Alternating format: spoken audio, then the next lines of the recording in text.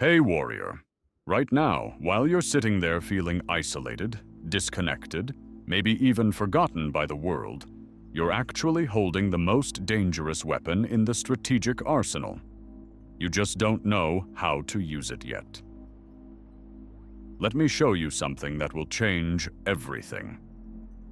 December 1513. Niccolo Machiavelli sits alone in a farmhouse outside Florence, his political career destroyed, his body still bearing torture marks, stripped of power, exiled from the city he served. Every night, he performs a ritual. He sheds his mud-stained work clothes, dresses in his finest garments, and enters his study. There, in complete solitude, he converses with ancient minds through their books and writes what becomes one of history's most penetrating analyses of power. The man who lost everything in the social arena of politics gained something far more valuable in isolation. He discovered that being alone transforms from a condition of weakness into a position of absolute strategic dominance. That exile, that forced solitude, produced the prince and insights that have influenced power dynamics for 5 centuries. What looked like his destruction became his greatest advantage. You're afraid of loneliness because you've been programmed to fear it. Society needs you to believe that connection equals success, that networks determine worth, that influence requires constant presence. This programming serves one purpose: control. The moment you need other people for validation, approval, or emotional stability, you've handed them the keys to your internal kingdom. They can manipulate your decisions, cloud your judgment, redirect your entire path simply by threatening to withdraw what you've become dependent upon. Machiavelli philosophy cuts through this illusion like a blade.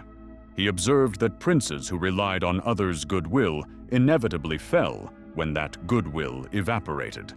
Strength borrowed from external sources can be revoked at any moment. Power cultivated in solitude remains yours permanently.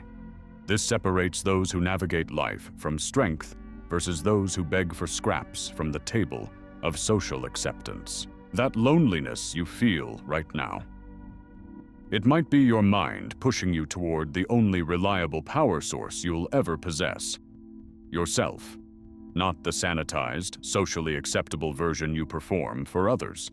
The raw, strategic, clear-thinking version that emerges when nobody's watching. That version understands what Machiavelli discovered. Dependency breeds vulnerability. Self-sufficiency breeds dominance. Think about your life right now. How many decisions filter through the question of what others will think? How much energy do you burn managing perceptions, maintaining relationships that drain you, performing a version of yourself designed for external consumption? This constant performance exhausts your resources while giving others leverage over every choice you make. Mental strength grows in the space between what you want to do and what others want you to do. Being alone gives you that space without the interference of social pressure. Machiavelli understood something most people avoid their entire lives. Human beings are fundamentally self-interested, reliably unreliable, utterly predictable in their desire to maximize their own advantage. He didn't write this to be cynical. He wrote it because he watched republics fall and kingdoms crumble when leaders operated from wishful thinking about human nature instead of clear-eyed observation of human behavior. The crowd judges by appearances. They have neither time nor inclination to understand deeper strategy.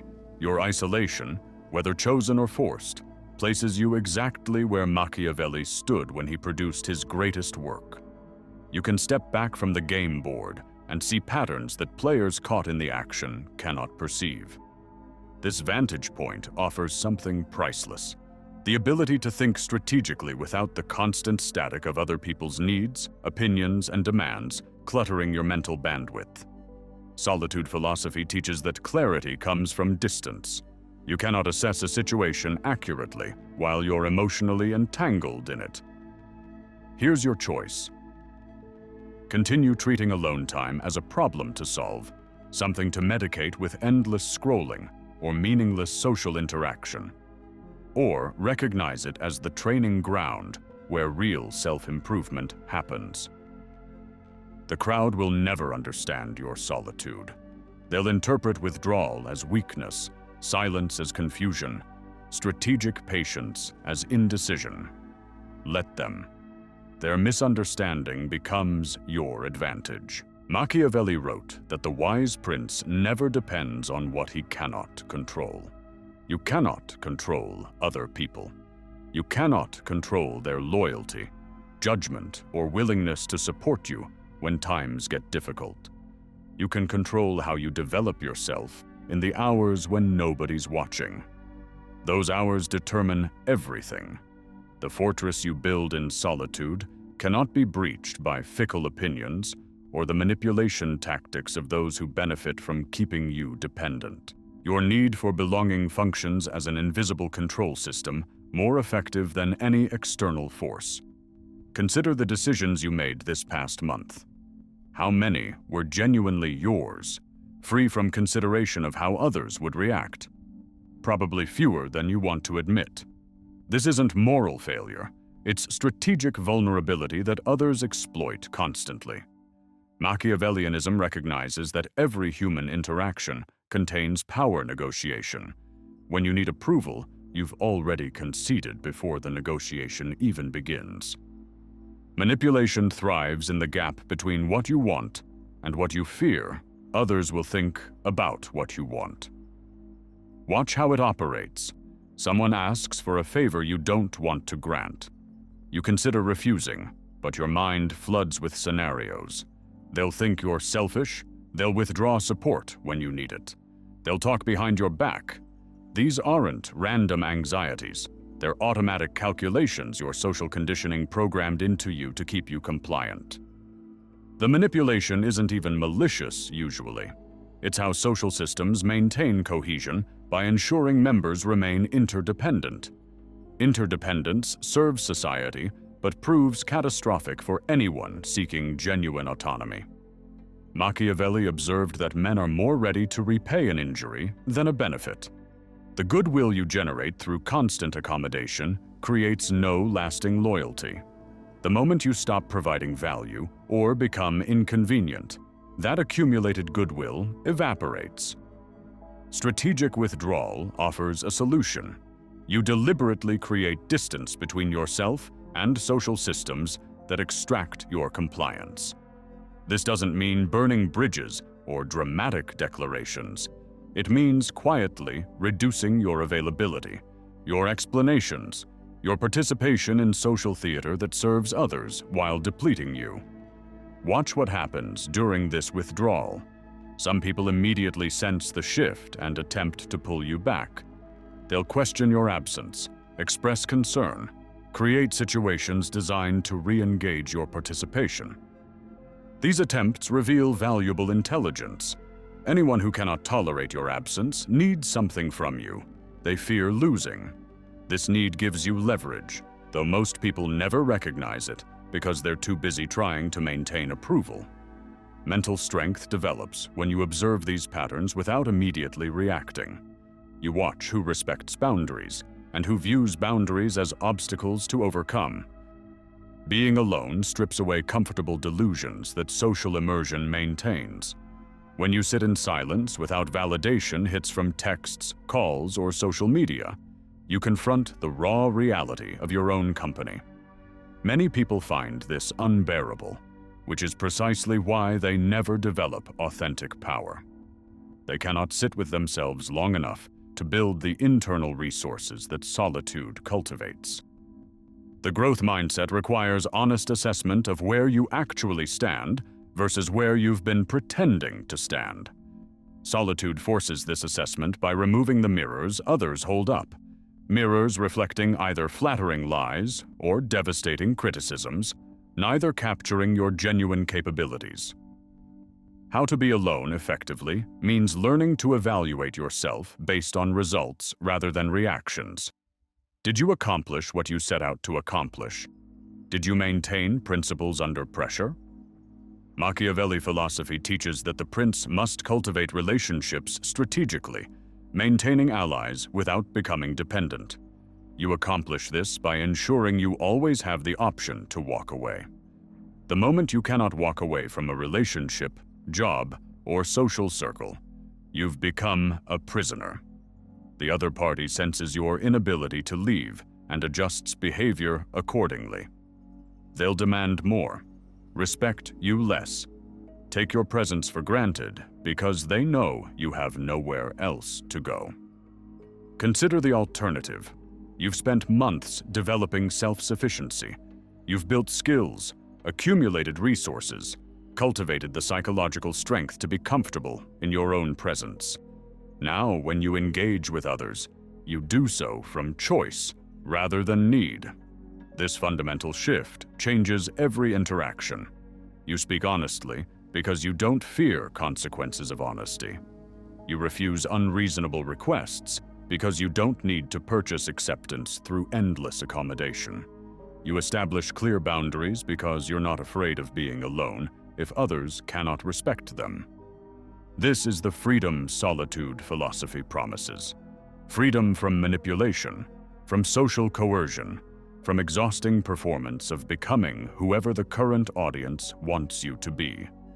This freedom requires walking through the fire of genuine aloneness first.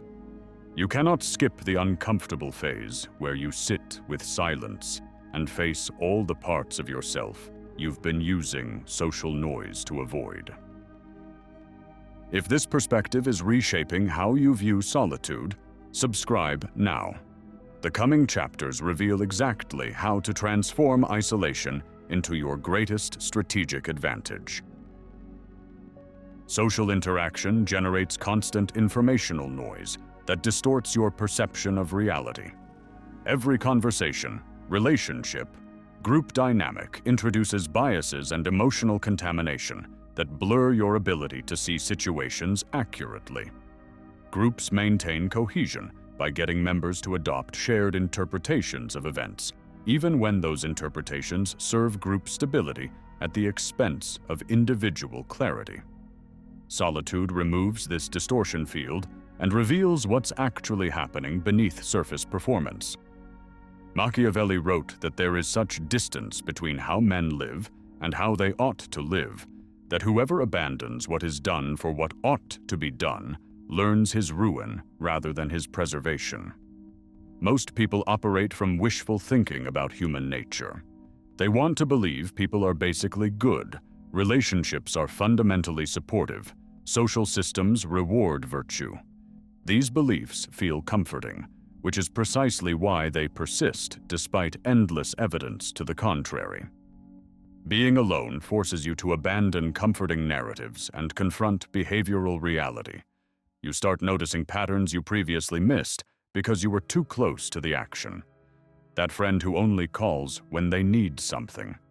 That colleague who takes credit for collaborative work. That family member who uses guilt as a control mechanism. These patterns were always there, but social proximity kept you invested in maintaining the pleasant fiction that everyone had your best interests at heart. The observer's advantage operates on multiple levels. You see people as they actually behave when they think nobody's watching or when interacting with others.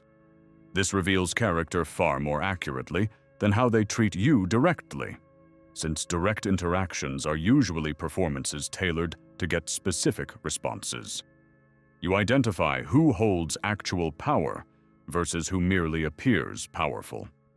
Real power shows up in who can say no without consequences, who controls resources others need, whose presence or absence fundamentally alters group dynamics.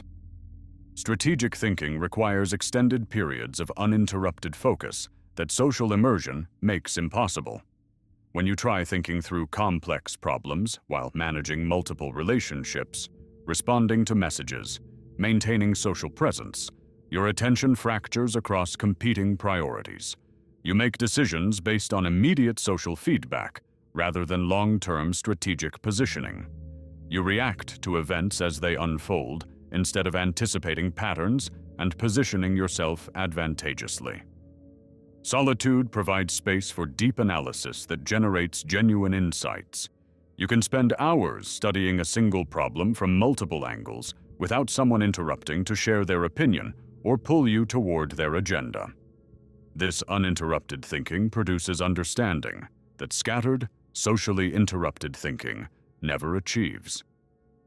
Machiavelli philosophy emerged from exactly this kind of sustained, solitary analysis. Marcus Aurelius understood solitude philosophy when he wrote that people seek retreats in the country or by the sea, but the real retreat happens in your own mind. Physical isolation means little if you carry the crowd's voices everywhere you go. True solitude happens when you clear out internalized expectations, judgments, and narratives that others have installed in your thinking. How to be alone effectively means developing discipline to observe without immediately judging, categorizing, or reacting. You watch how people behave in specific situations and note patterns without rushing to conclusions. Over time, this observational discipline reveals underlying mechanics of human interaction. You start seeing motivations behind behaviors, fears driving decisions, strategic calculations people make while claiming to act from nobler motives. Self-improvement accelerates dramatically when you remove the distorting influence of other people's opinions about what you should be improving. Social feedback loops often push you toward changes that serve others' comfort rather than your genuine development. Your family wants you less ambitious, so you'll be more available. Your friends want you to maintain familiar patterns, so they don't have to adjust to your growth. Solitude lets you identify what actually needs improvement based on your direct assessment of results. You're not growing to impress anyone or meet someone else's standards. You're developing capabilities that serve your strategic objectives. Growth driven by external validation creates dependence on continued validation. Growth driven by your own assessment creates genuine capability that others cannot take away by withdrawing approval. Machiavelli introduced a concept that translates poorly into English, but captures something essential about power. Virtù. This isn't virtue in the moral sense. It describes the quality of effectiveness, the capacity to impose your will on circumstances, the strength to shape events rather than being shaped by them. You cannot develop this quality while constantly seeking approval or depending on others for your sense of capability. The distinction between fortuna and virtù reveals why being alone serves as essential training ground for genuine power. Fortuna represents luck, circumstances, factors beyond your control. Every person faces periods where fortuna works against them. Jobs disappear, relationships end, plans collapse. The person who depends on favorable circumstances or other people's support cannot handle these reversals. They crumble when external conditions shift because they never developed internal resources to fall back on. Virtù provides immunity to fortune's fluctuations. When you've spent significant time alone, building skills nobody asked you to build, developing disciplines nobody rewarded, cultivating strength nobody applauded, you discover something liberating. You can function effectively regardless of external circumstances or social support. This discovery fundamentally alters your relationship with risk. You can take chances that terrify people who need safety nets because you've proven to yourself that you can survive and rebuild from nothing. Mental strength develops specifically through enduring difficulty without rescue. Think about physical training. Muscles grow when you stress them beyond current capacity and allow recovery. The stress creates micro tears that heal stronger than before. Psychological strength follows the same pattern. When you sit in solitude and face boredom, anxiety, loneliness, or self-doubt without immediately seeking external comfort, you're creating those productive micro tears. Each time you resist the impulse to reach for distraction or social validation, you reinforce neural pathways of self-reliance.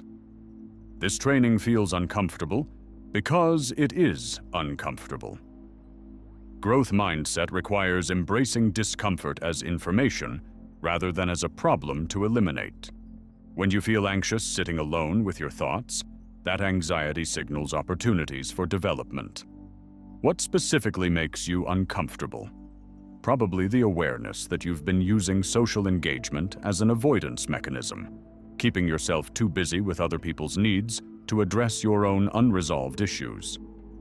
Consider capabilities that emerge only through sustained solitary practice. Self-discipline cannot be built through external accountability. The moment someone else is watching or checking on you, you're not exercising internal discipline. You're responding to external pressure, which means your performance collapses the moment that pressure disappears. Real discipline happens when you maintain standards and pursue goals with nobody watching, nobody judging, nobody caring whether you follow through. Strategic patience represents another quality. Solitude cultivates. The social world rewards quick reactions and immediate engagement. Someone posts something, you respond. Someone asks a question, you answer. This constant reactive mode prevents you from developing patience to wait for genuinely favorable moments to act. Machiavelli observed that half of fortune is beyond our control, but the other half remains available for us to govern through timing, preparation, and patience. Being alone trains you to sit with uncertainty without prematurely forcing resolution. This ability proves invaluable because most significant decisions benefit from extended consideration rather than quick judgment. You learn to gather information, observe patterns, wait until the situation develops enough clarity to make well-informed choices. Meanwhile, people addicted to constant engagement make hasty decisions to avoid discomfort of not knowing. Emotional control improves dramatically when you stop performing emotions for an audience. In social contexts, your emotional expression serves communicative functions. You show anger to establish boundaries, display happiness to signal social harmony, demonstrate sadness to elicit support. These performances become so automatic that you lose track of what you actually feel underneath. Solitude removes the need to perform, letting you experience emotions as information rather than as tools for managing others' perceptions. Resilience emerges as the ultimate gift of sustained solitude. When you've spent extended periods alone, facing challenges without help, processing difficulties without emotional support, rebuilding after setbacks without external encouragement, you prove something to yourself that no amount of social validation can provide. You are fundamentally okay.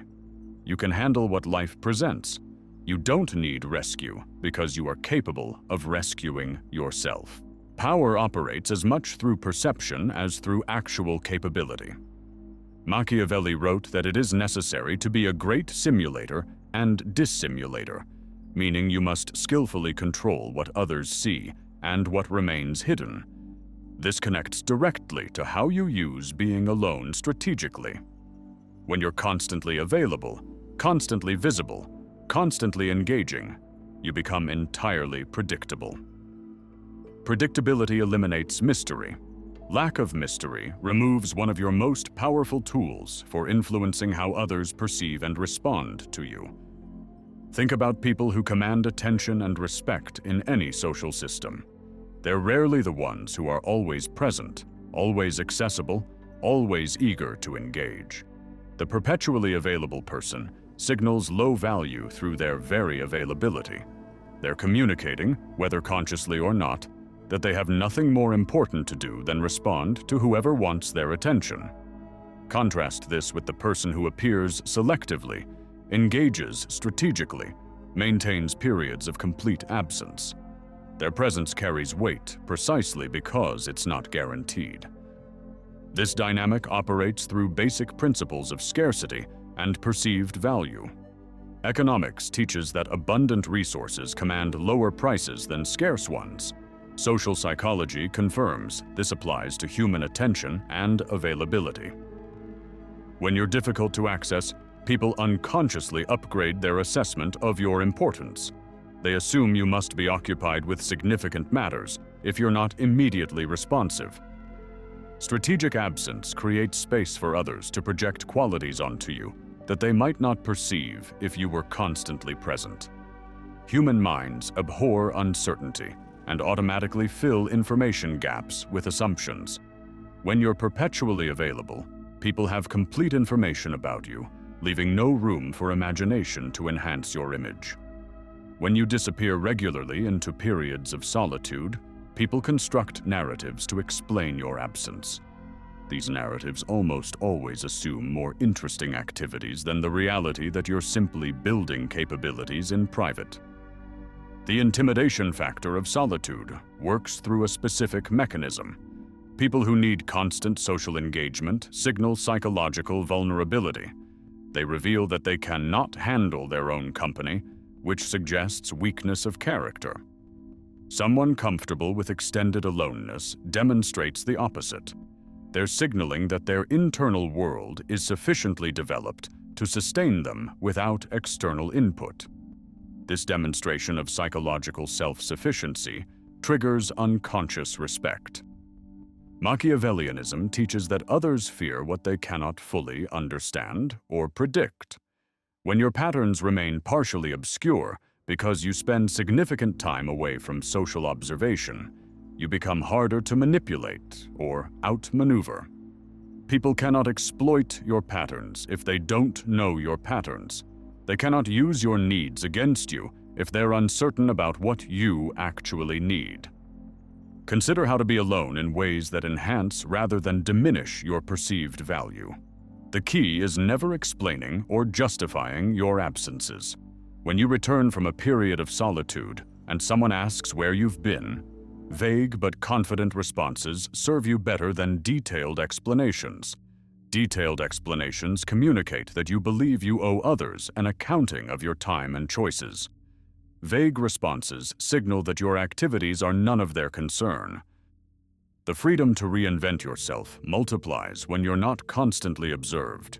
Social groups pressure members to maintain consistency because inconsistency creates uncertainty that disrupts group dynamics. If you've established yourself as the reliable helper, the group resists any attempt to stop providing help because your change forces them to adjust.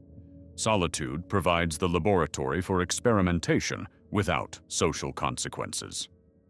The most sophisticated application of strategic absence involves creating cycles of engagement and withdrawal that keep others slightly off balance. You appear, contribute value, make an impression, then disappear before people can take your presence for granted. This rhythm prevents the familiarity that breeds contempt while maintaining enough connection to remain relevant in systems you care about.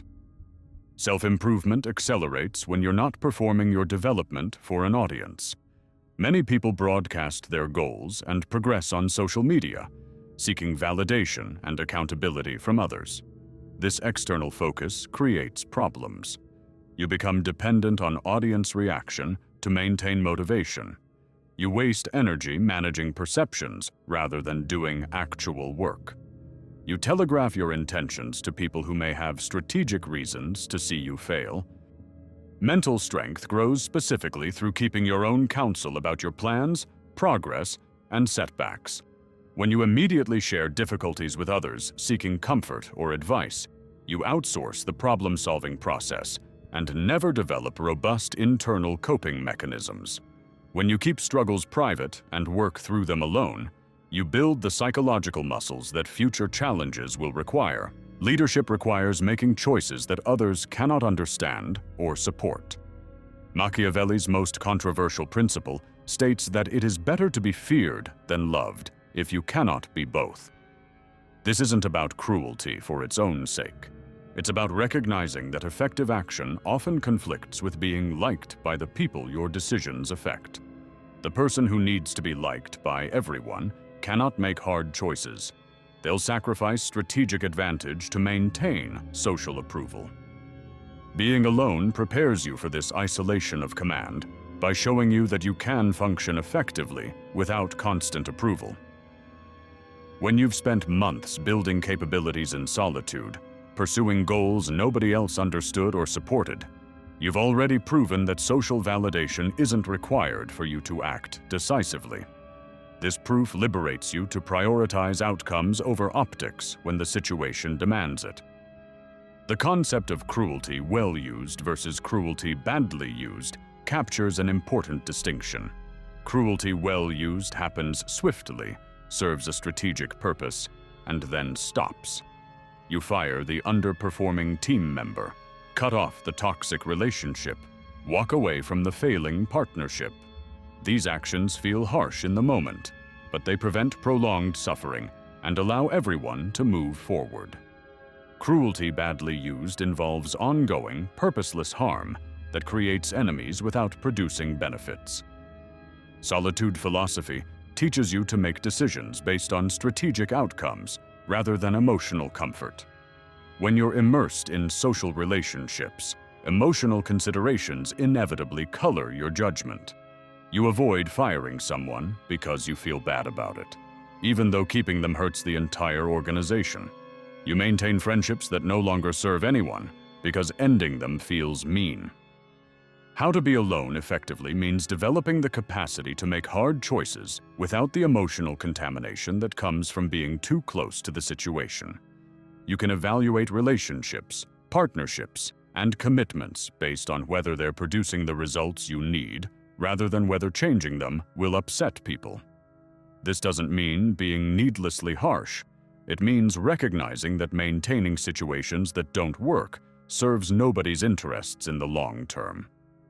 The willingness to be misunderstood represents perhaps the most difficult aspect of strategic ruthlessness. When you make decisions based on information or reasoning that others don't have access to, they'll interpret your actions through their limited understanding. They'll attribute motivations to you that have nothing to do with your actual thinking. They'll judge you harshly while having no idea about the constraints, considerations, or long-term strategy informing your choices. Mental strength developed through solitude gives you the capacity to let others be wrong about you. You understand that explaining yourself to people who lack the context to understand is pointless. They'll interpret your explanations through their existing biases and come to the same negative conclusions regardless. More importantly, you recognize that you don't need their understanding or approval to proceed. Growth mindset applied to strategic thinking means continuously refining your ability to make difficult decisions quickly and then move forward without excessive second-guessing. Every choice you make provides data about what works and what doesn't. When you're comfortable being alone with the consequences of your decisions, you can extract lessons from both successes and failures without the noise of others' opinions distracting you from actual results. The ultimate goal isn't to become cold or unfeeling. It's to develop the capacity to feel fully while acting strategically. You can recognize that firing someone will cause them hardship while still executing the decision because keeping them causes greater hardship for more people. You can acknowledge the pain of ending a relationship while still ending it because continuing it prevents both people from finding better matches. Self-improvement in decision-making comes from repeatedly choosing strategic benefit over social comfort and then living with the outcomes. Each time you make a hard choice and handle the fallout, you build evidence for yourself that you can survive social disapproval. This accumulated evidence creates psychological freedom that compounds over time. Understanding principles provides little value without systematic application. You need specific practices that transform theoretical understanding into lived experience and developed capability. This framework offers a structured approach to using being alone as a tool for building power. Begin by mapping your current dependency structure. Take inventory of where you're psychologically dependent on others for validation, emotional stability, or sense of worth. Whose approval do you seek before making decisions? Whose opinion can ruin your day if it's negative? These dependencies represent vulnerabilities that others can exploit.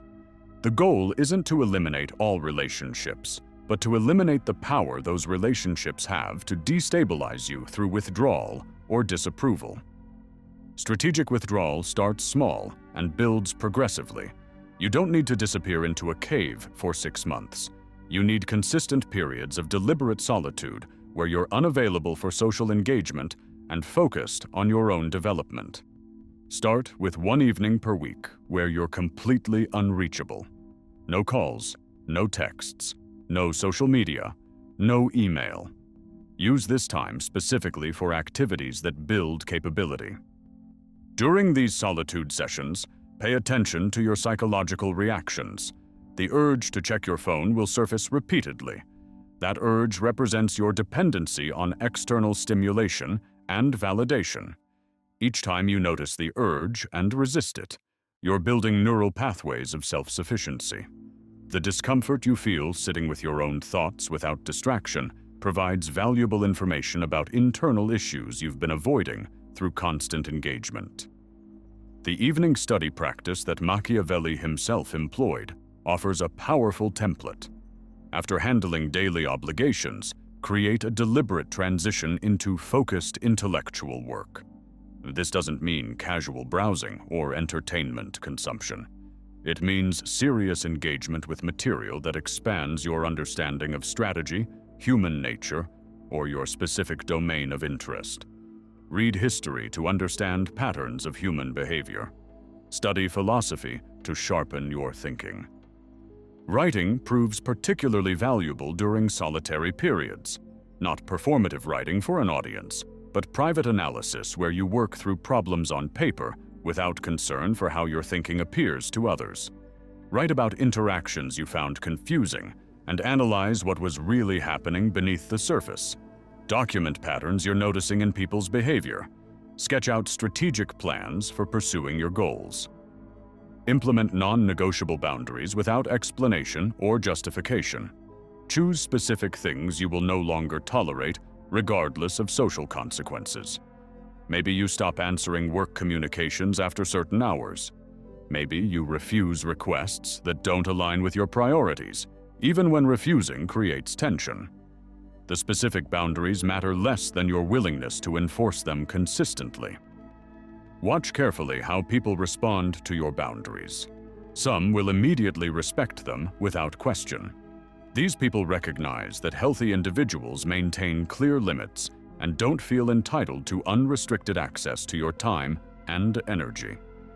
Others will test your boundaries repeatedly, making you explain yourself, guilting you for being unavailable, or creating situations designed to force you back into previous patterns. Mental strength develops through progressive challenges that stretch your capacity without breaking it. After you're comfortable with weekly solitude sessions, extend them. Take an entire weekend where you're completely off-grid. Then try a week-long retreat where your only focus is your own development with zero social interaction. These extended periods accelerate your growth because they force you past superficial discomfort into deeper psychological territory. Strategic re-engagement matters as much as strategic withdrawal. The goal isn't permanent isolation, it's developing the capacity to engage with others from a position of strength rather than need. After periods of intensive solitude, where you've built skills, clarified thinking, and reinforced self-sufficiency, you return to social interaction fundamentally changed.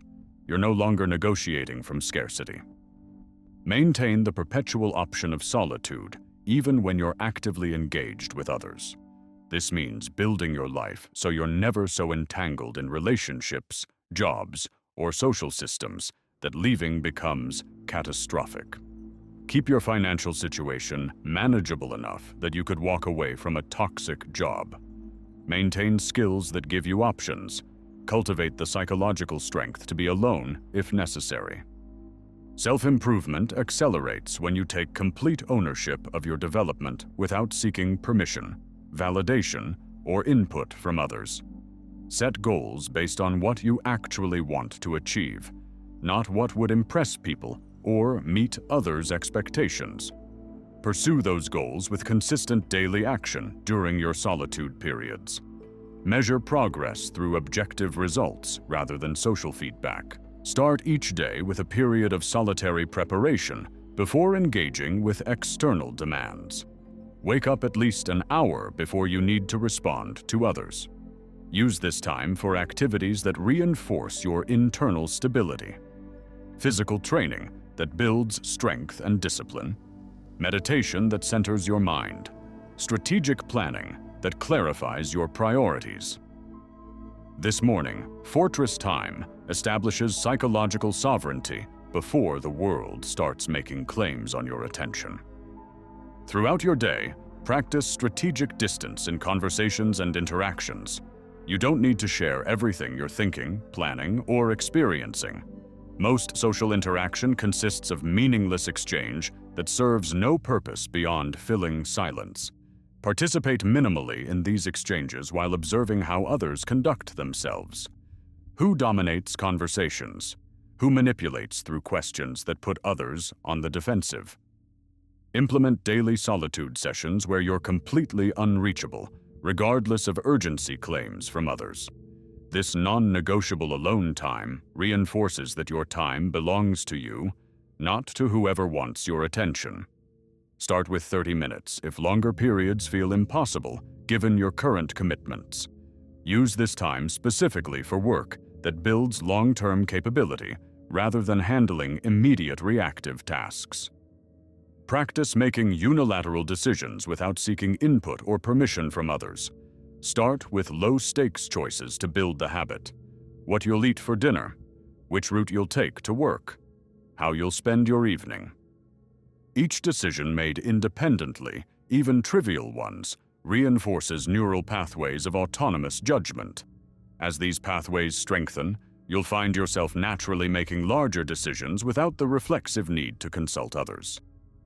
Deliberately expose yourself to being misunderstood without correcting the misunderstanding.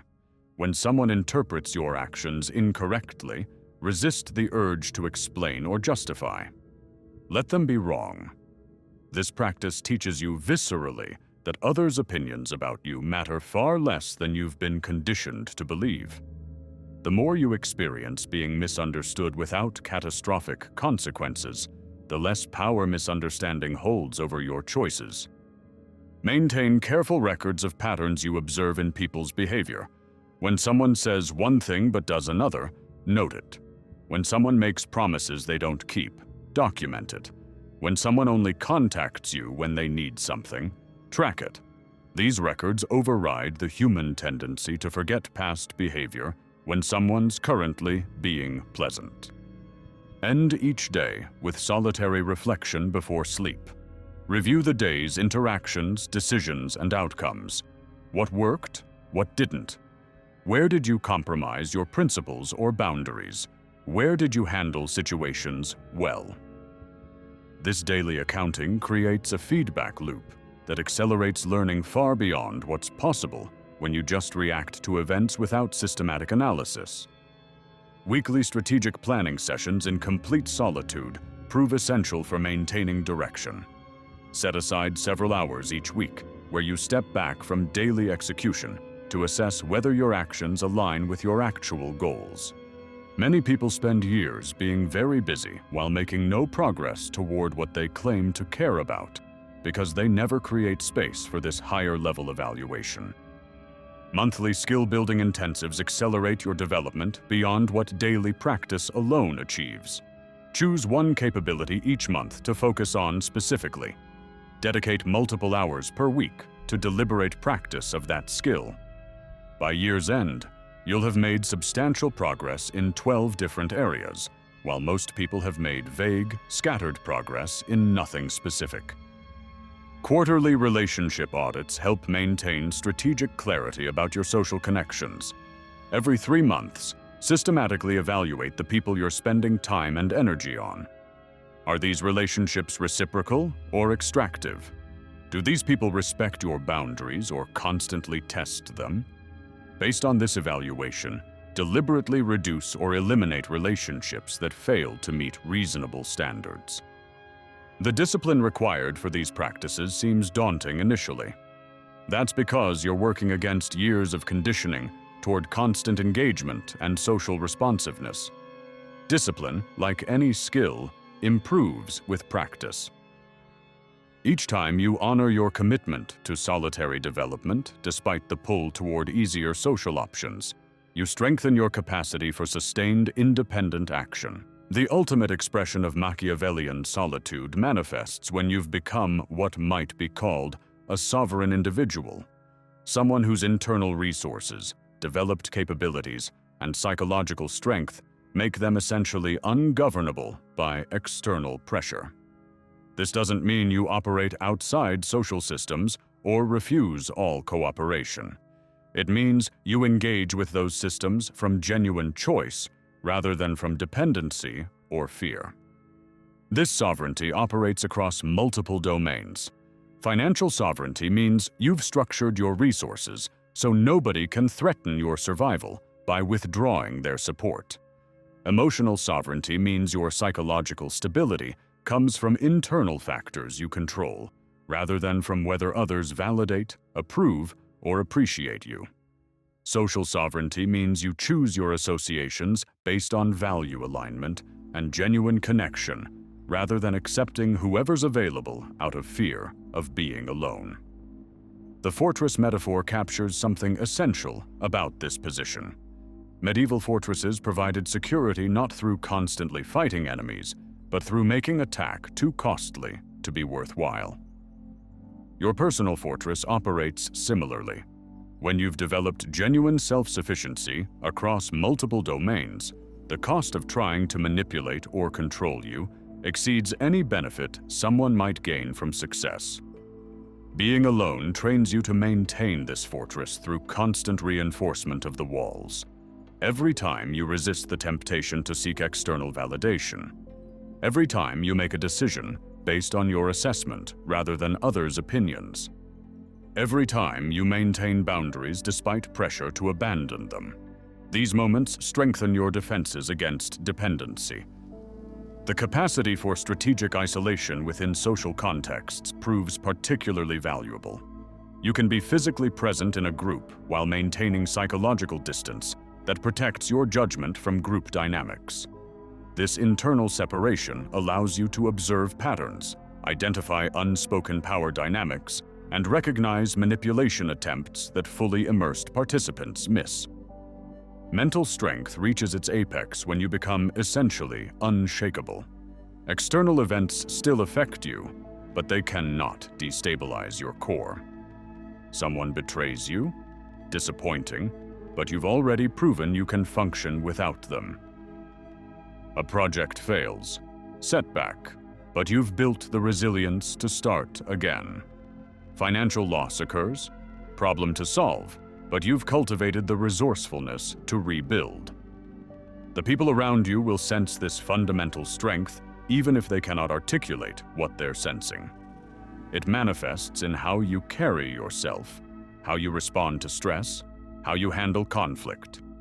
This sensing affects how others treat you. Some become more respectful, recognizing strength when they encounter it. Others become hostile because your self-sufficiency threatens their preferred dynamic of keeping people dependent. Self-improvement at this stage becomes refinement rather than foundation building. You're not desperately trying to fix fundamental flaws or become acceptable to others. You're systematically enhancing capabilities that interest you and serve your purposes. This shift from anxious self-repair to confident self-development changes the emotional quality of growth. Solitude philosophy teaches that the goal isn't to need no one ever. It's to need no one specifically. When you've developed genuine self-sufficiency, you can appreciate relationships without depending on them. You can value people's contributions to your life without requiring those contributions to function. You can enjoy companionship without fearing its absence. How to be alone successfully ultimately means becoming the kind of person who's interesting enough to hold your own attention indefinitely. This requires developing internal depth through reading, thinking, creating, and building, rather than filling your mind with consumption and passive entertainment.